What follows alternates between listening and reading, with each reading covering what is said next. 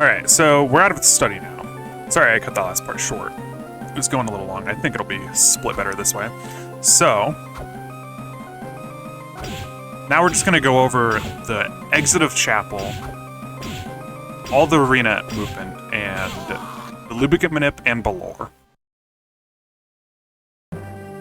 So this will be a little less movement intensive, but the movement through chapel is still a little bit tough, and the movement in the couple of rooms in arena you do are definitely very tough, but there's some really easy strats you can do to make them consistent. So right here, you just want to equip Creaking Skull at some point here. If you've gotten no blue souls, it's just going to be to the right. And then as I reach like this panel right here, I like to activate it and then attack.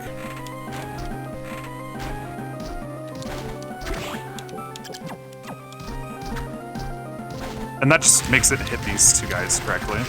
And depending on your HP and experience, if you have not leveled up when you kill this guy or before, I would really recommend just killing this rock armor right here, just to be safe.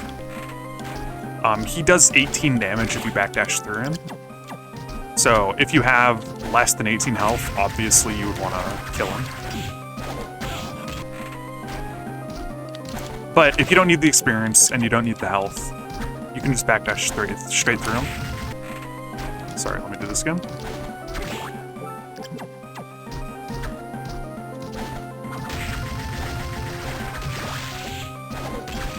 I like to double jump over the Flea Man and then activate Creaking Skull. In fact, let me make a new save. Nah, it's awkward to make a save state here. I like to double jump over the Flea Man and then activate Creaking Skull. Because if you activate Creaking Skull before that and he hits you, you're gonna lose a lot of time and MP. Where if you do it like this, once you're that high in the air, he can't hit you. And if he does end up hitting you, it's before you would have activated Creaking Skull, so it just kind of minimizes the damage it would do. Come over here. I like to fall in the hole and then jump out, activate Creaking Skull. And then you can just do like, if you do that movement where you jump out of the hole, you're gonna need to do a backdash to reach this guy, I believe. Let me double check that. Oh, no, you actually don't. But either way, if you want to be a little bit safer, you can activate it like right here. It doesn't really matter. Just make sure you're not jumping when Creaking Skull is trying to hit the guy, because his hitboxes can be kind of low, and Creaking Skull hitbox sucks. So you want to be very careful of that. Just backdash through here. When the skeleton throws his bone, that's when you would jump over him and activate Creaking Skull, but sometimes he won't activate his bone. So then you would just, like that, that's perfect. But sometimes he won't throw his bone, so you would just do it a little bit later. Whoops. Sorry, let me just do this again, I guess.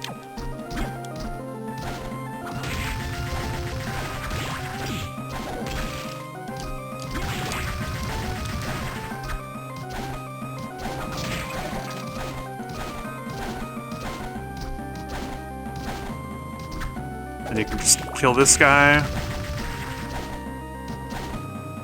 Jump up here. Let me do this properly. And you want to tap the save. Just press up and then B. You don't even need to like scroll over to no. You can just immediately press B. And for this movement right here, what I like to do is I double jump up onto this platform, and then I activate Creaking Skull as I'm like falling onto the platform. And then I jump up to the next screen, like this. And that just lets you kill that Skull Knight. Jump up here, activate Creaking Skull, kill that giant ghost. Watch out for ghosts. Ghosts can spawn like right here and knock you down. So you just want to watch out and try to kill them if you can. Double jump all the way up here. Backdash across these bells. And movement you can do right here is like backdash off this bell and then just double jump straight up instead of like jumping off the bell onto the platform to the right. Like you can do that, but it's quicker and easier to do this, honestly. And what I like to do is I like to backdash off and then activate Creaking Skull as I'm jumping up, but don't attack. Backdash through, attack after I'm done, and then double jump like that. Here, let me show this one more time. This is not required at all. I'll show you two different movement options here. This is just a quick way to get experience, and it's just faster in general. Sorry. So you activate there, backdash, or just do whatever I'm doing here, I guess. It's hard for me to talk through it while I'm doing it. And that'll just kill everything and you can backdash straight through. Or, if you don't need experience, you can just do this. Much easier. And then right here, you want to equip Manticore. Or, sorry, no, not right there. Excuse me. You want to come over here, jump up here, grab the High Mind up, backdash off, then equip Manticore, and then as you're falling, cancel your hard fall with Manticore at the bottom, and then immediately backdash under the ledge, and you'll still be facing right. You'll zip all the way up.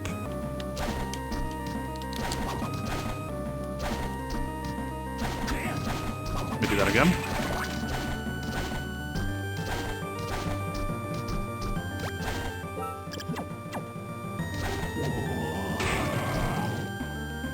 The reason you probably want to grab that High Mind Up is it's just safety for if you're messing up zips a little bit in the run, or if you get mana drained on Chaos 1, you can drink the High Mind Up and still use Creaking Skull a good amount on Chaos 2, and that'll save you time overall. Technically, world record strategies do not grab the High Mind Up, so if you're playing perfectly on zips and you don't get mana drained on Chaos 1, it is technically optimal, but I would really recommend just grabbing the High Mind Up. It's a really nice safety net. And another thing I would recommend grabbing is this pudding right here. This pudding is better to grab than the potions at the beginning, in my opinion. It's less versatile. One pudding is not as versatile with Lubicant as two potions, but it's so much quicker to grab and it's the same amount of healing. I feel like the pudding is better than the two potions, but you could always grab both if you really just want to finish a run with this route. So just keep that pudding in mind. It's a really good healing option that's quick to get. So he's picked out here. Make sure you double jump wide around these gargoyles so they don't come back. Watch out for that Ukabak. This Ukabak can spawn fire right here and just like knock you off. Backdash into there. Skip the cutscene. And then you're into Arena. And here's debatably the hardest room in the run. But with the strategy I'm going to show you, it's one of the easier rooms in the run. This is the Beer Full of Belly strategy. So what you want to do is walk through to the beam skeleton, jump up around the ledge, walk into this beam skeleton, slash twice on this ledge, walk up, double jump around this, double jump up there, and then you're out. Such an easy strategy. And this only loses about 2 seconds to pretty much the fastest way we know to do this room consistently. This strategy is just ridiculously good. This is viable at world record level. Such a good strategy. Just make sure you jump really tight around this part so you don't get hit by that guy. But yeah, just do that a few times and you will never struggle with that Gargoyle Room. Again, just walk through, jump up, slash twice, jump up, jump tight around this, jump up, you're done. Nothing is here. So easy. Sorry, let me save state this afterwards. And you can see, I kind of messed up by backdashing into the room. You kind of don't want to do that. You just want to walk through.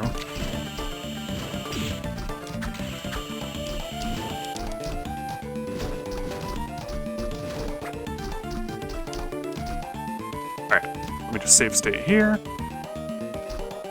Alright, so you want to duck under this guy. Then jump... Sorry. Duck under this guy. Then jump over the beam skeleton. And as you're approaching this guy, make sure you slash so he uses his shield. Because otherwise he'll like walk forward into you and block the way under this ledge. So just slash as you're approaching him, he'll stop moving, and then you can jump over him. And then do a big jump over him to get this Skull Million out of your way.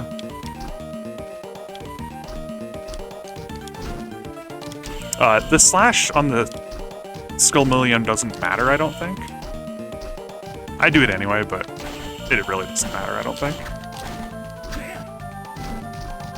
And yeah, even if he's right on you, he'll be high up enough that he'll miss, which is very nice.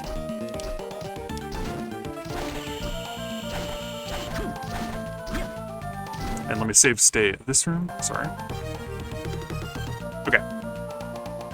So for this room, I like to double jump over the gladiator, and then double jump again, and then just go over him. There's a couple different ways you can do this room. I don't really know a lot of the safe strategies for this room, I'm gonna be honest.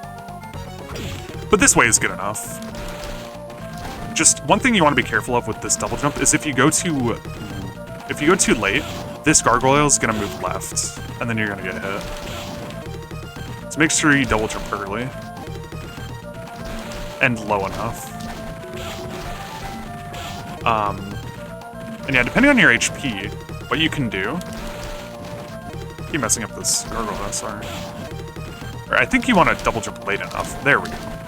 It's not early enough, it's late enough. There you go. So you can jump over him if you want to save your health, or the quicker way... Oh my gosh. Is you can damage boost through him, and then like backdash and big jump over him. You should only get hit once. I don't know why I'm screwing this up so bad. With this strategy of the gargoyle, it doesn't really matter if it goes right. So you just ignore him anyway.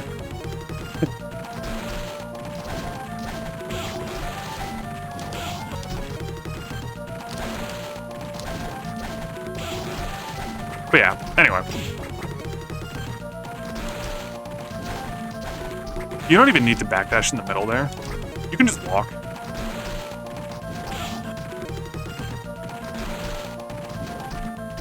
Like that. Just jump over him. And here, this were-jaguar is a little bit RNG, so you want to watch out for him. Sometimes he'll punch you like that. You can jump over him, but it's tight. A lot of the time you're gonna get hit if you go for that. Especially if you try to double jump over him. And one very important detail here is you want to have less than 120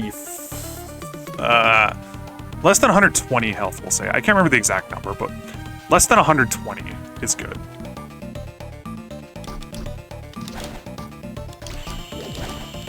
So let me take some damage here for the save state. Alright, 64, that's good. You know what, I'll go even lower. Screw it. It doesn't really matter, as long as you're below 129 is the number. Okay. So here is where the Lubicant Manip is. I'm going to show you two different strategies. Both are totally viable at any level, in my opinion. But both are very different. One of them relies more on hitting, like, certain frames, and then it doesn't deal with combat. One, you don't have to hit certain frames at all, but it deals more with the combat. So I'll show you the combat one first. So for the combat one, you're gonna enter on this side of the screen, and then sleep. There's no menu. You just keep what you have on. So you're gonna do a boosted backdash, which is what we talked about at Manticore Manip, where you attack and then you backdash for a bigger backdash. You're gonna boosted backdash, backdash, jump in this corner. Make sure you really jump in this corner. Hit this candle. And then... Here, shoot. I'm gonna have to remember this.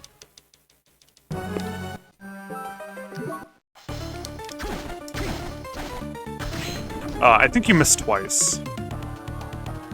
Yeah. And then you just walk off. And Manticore right in this corner. But as soon as you level up, let go of the Manticore. Let me make a better save state here. Right here.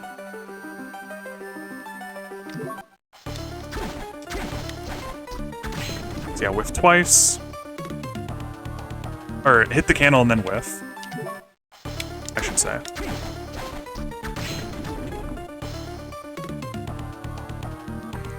Then walk off into the corner. So if you're not far enough in the corner, that's what it'll look like. You'll miss the first attacks, and it'll just completely fail. You really need to be in that corner below the Lubicants. And you can just hold R as you fall. It's completely buffered. And then if this Lubicant is attacking directly on top of you, you need to move to the right during your invincibility and duck. And then he won't kill you. Sometimes he won't kill you anyway, but it's kind of RNG. So that's just a safe way to always live.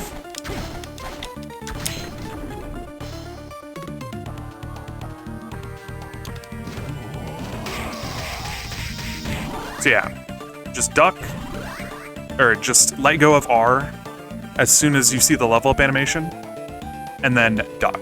Make sure you're ducking, whether you move or not, because if you don't duck, the soul doesn't travel far enough, and it doesn't progress the RNG enough. And then after that, what you want to do is hit this guy. Oh, sorry. You don't hit him yet.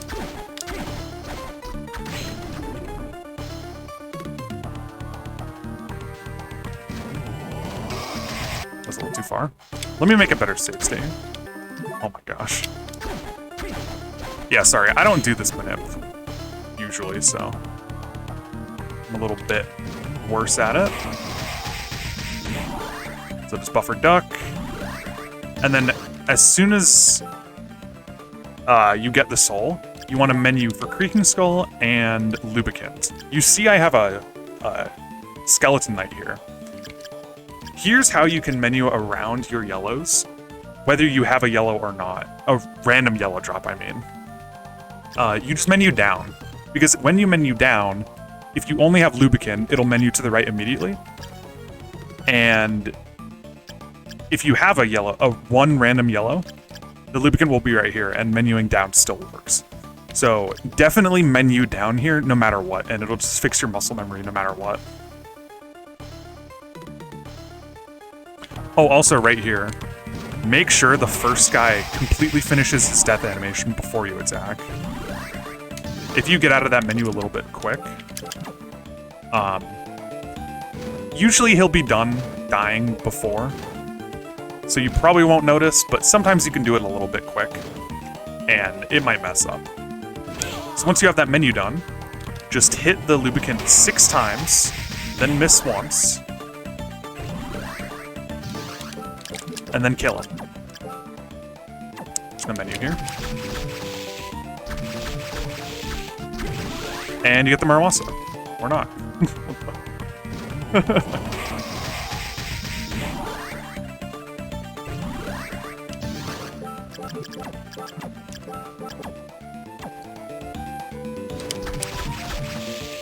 Oh, I didn't... Oh, I equipped, Wait, did I equip Skeleton Knight? What the heck? What's going on here? Why am I only doing 21? Oh, I put on the knife. Okay, sorry, this is a meltdown. Alright. I'll do this right here. Alright. So, put on Creaking Skull and Lubicant. Wait for him to die. 3 times. 3 times. Miss. Kill him. There's Maramasa. Okay, great. One cool thing about this Manip is the combat is pretty lenient. You can miss 2, even sometimes 3 slashes I've seen once, depending on which slashes you miss. I don't know exactly which slashes you can miss and which ones you can't. I do know you cannot miss the last... You cannot miss twice, right immediately before the last slash, like the finishing blow. If you miss twice before that, immediately before that, it's over. But, like, let's say I miss... even 2 right at the beginning.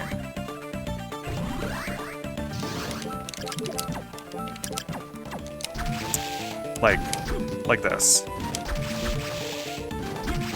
I just finish him, and I'll probably still get it. I actually didn't there, but I don't know the exact combinations of misses you can do. But if you miss twice, definitely still kill him, because it might still work. This Manip is lenient enough.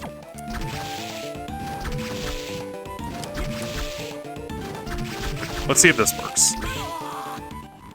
Let me rewind it.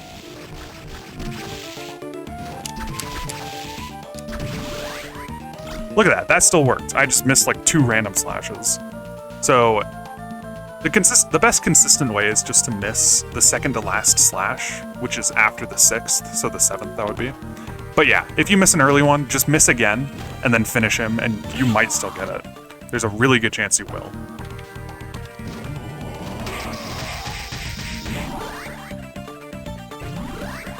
And then after the Manip is done, sorry.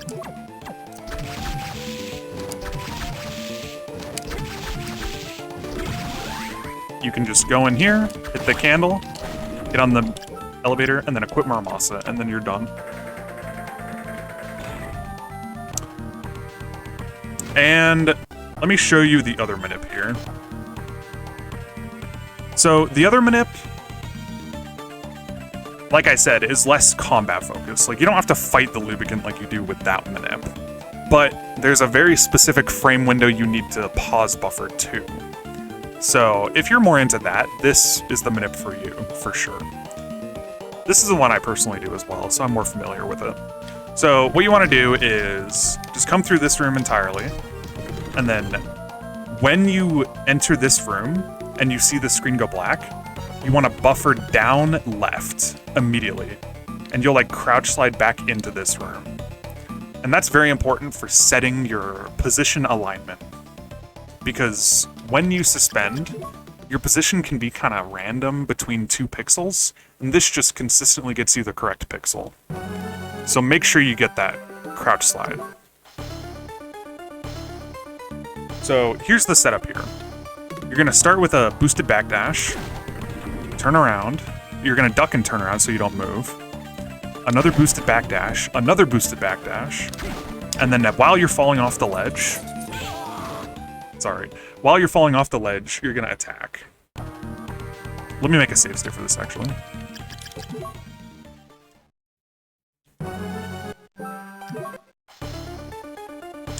Okay. Also, if you mess up this crouch slide a little bit, like you move, or not, you don't mess up the crouch slide, sorry. If you like move when you try to crouch and turn around, you can like crouch slide back and get in the right position pretty easily if you buffer down left. Just as a little quicker backup than suspending again. Pro tip. Anyway. Boosted backdash, turn around, boosted backdash, and this attack off the ledge, you can easily do it too early. If you do it before you're falling, you'll like slow down your momentum from the backdash, and then you'll have the wrong position when you land. So make sure you do that slash fairly late while you know you're falling.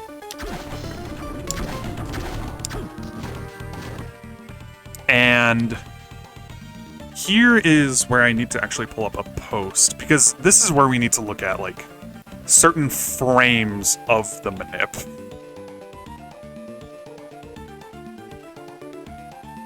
And I have the perfect little video here for that.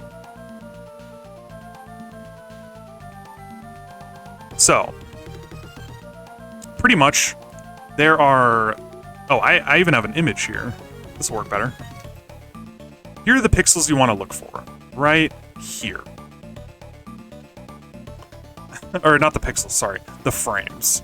So, personally, what I like to look at is this right guy's trident, where it's facing. Pretty much, in my mind, if the trident is facing slightly up, I know I'm a little bit too early. And if it's facing slightly down, I know I have the right frames. And there's 2 frames right together that are correct. I know some people like looking at this left guy's trident, but I feel like, personally, I don't like that just because it's a little bit hard to recognize which pixel it's on quickly versus just the angle that this trident is going at. So, if you pause on frame 1, which is this one, you need to frame advance a little bit more, which means you need to unpause the game and then pause it quickly. Only keep unpaused for like a frame or two. If you are on frame 2 right here, where it's just slightly up, you can do the map buffer. The map buffer is a little tech that you can use to only buffer the game by 1 frame. So, how you do that is, let me just come over here. You pause, and then you unpause, and while it's like on the black screen, like you see it goes black before you see the game, while it's on that black screen, you immediately press pause, or the map.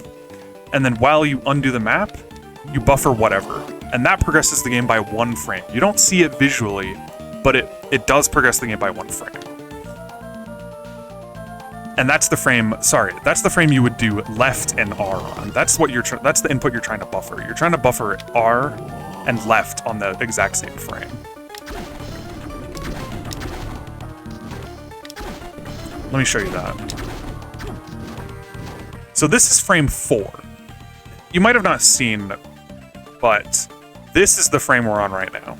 So I'm good. I can just buffer, I can unpause and then while I'm unpausing, or even right now I can just hold left and R and it'll just work. I should get both things here. Easy. It'll take a little bit of practice for you to recognize the frames. But yeah, if you are on frame 2 and then you do that map buffer trick, it'll get you to frame 3 automatically, and then you can just hold R and left immediately out of the map, and you're good.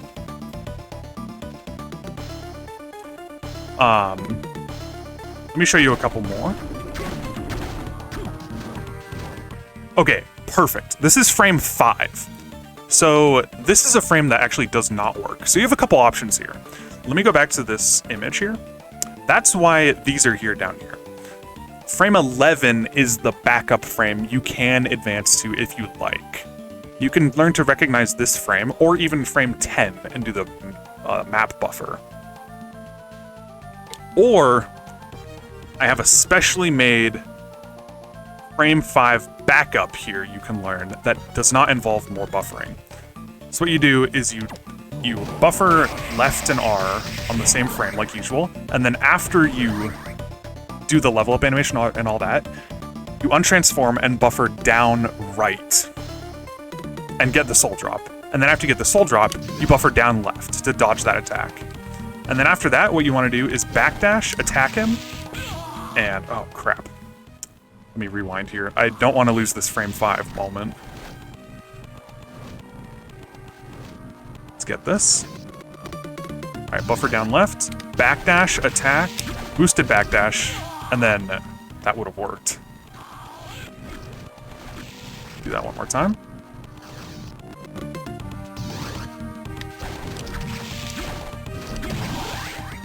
And then kill him. So you backdash into the foot, and the foot won't be there. You don't have to worry about it. You backdash into the foot, attack the Lubicant, and then you do a boosted backdash and attack the Lubicant again, and it'll drop the arm also. That is technically slower than advancing to frame 11, depending on how quick you do it. But personally, I like this better. It's a little more consistent. Because you can quickly react to frame 5. Here's frame... I think that was frame 5 again. It's frame 5 or 6. This. This. That was frame 5. I don't know the frame 6 or 7 or whatever backups. I'm sure tons more backups exist, but personally I only found frame 5 good enough to... or common enough to learn the backup for. There's frame 5 again. Yeah, you can see how often I get frame 5 personally. Let's try to get a different one. Alright, this is frame 3, so this will work. And yeah, you can see, as long as you get the right frame, there's no like combat or anything you have to worry about here. It's just hitting the right frame. There's frame 3 again. Let's do it again. Let me aim for an earlier one. Okay, there's frame 1. So on frame 1, you need to be careful, because you can't do the map buffer on frame 1. I don't even know what frame we're on right now. I think this might be the map buffer frame, so I would unpause, do the map, and then buffer Nance score out of it, and boom, still works. Apparently that was still frame 3, so that would have worked regardless, but that is how you do the frame 2 backup consistently. You only progress 1 frame with the map buffer. Here's frame 2, perfect time. This should work. Perfect. And then once you're on the elevator, you just menu for Creaking Skull, Lubicant, and Murmosa all at the same time.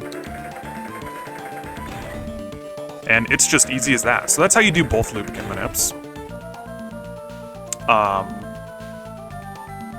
Both the frame buffer one is faster, and a lot of people find it easier, but either one is totally viable if it's consistent for you. So definitely just use whichever, try both of them and do whichever one you're more comfortable with. They are both amazing.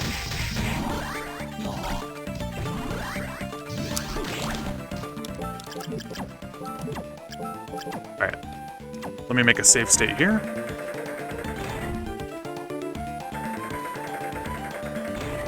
So for the entry into Balore is actually a little bit important. You can save some time here. What you want to do is you want to backdash late into the room, and then you don't turn around here. Whereas if you walk, you're like facing the wrong way, and then it's harder to get this backdash right here down the slope. Because you have to turn around and then immediately backdash, and then do a quicker jump than you normally would.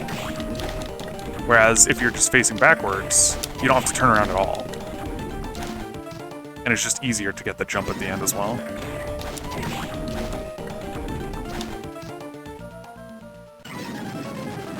All right. And here is Balore. So what I'm gonna show you is the low eye 3 cycle strategy is what we call it. So pretty much the goal of this strategy is to finish phase 1 with the eye low enough to the ground that you can get triple hits on it consistently from like single grounded jumps. And I will show you the easiest way to do that, in my opinion. So starting off at the very beginning of the fight, just make a quicker save state here. You want to activate Creaking Skull when you see the left hand like touch the ground, and then attack and buffer down left. Just like this. And that puts you in the perfect position to get your first triple hit, just from standing. Or did I say down left? I meant down right. Buffer down right, and then you're in the perfect position to get those first triple hit, or that first triple hit on that first jump. And then once the attack comes out, you have to move to the side a little bit. Every time he's gonna attack you, you need to center yourself and then duck. It's a little bit tough to like quickly get centered in the right spot to duck, but you'll get used to it. It's not too bad. And here's a low 3 ice, or a 3 cycle. This is perfect. That's exactly what you want to go for. Where the 3, you get a 3 cycle and the eye is still low enough that you can get triple hits on phase 2. So you can just copy the way I'm doing it. I'm not going to go over it too much. It's more just watching the video and seeing exactly what I'm doing and when I'm doing it. Let me just get a couple good ones here.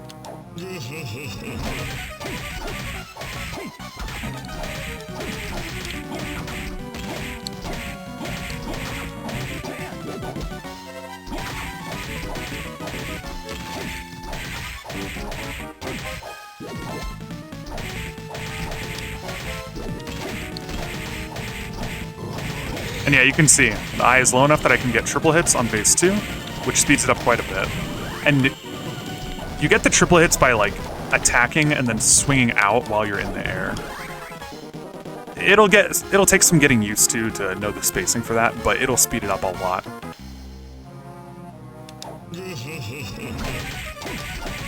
I'll do it once more.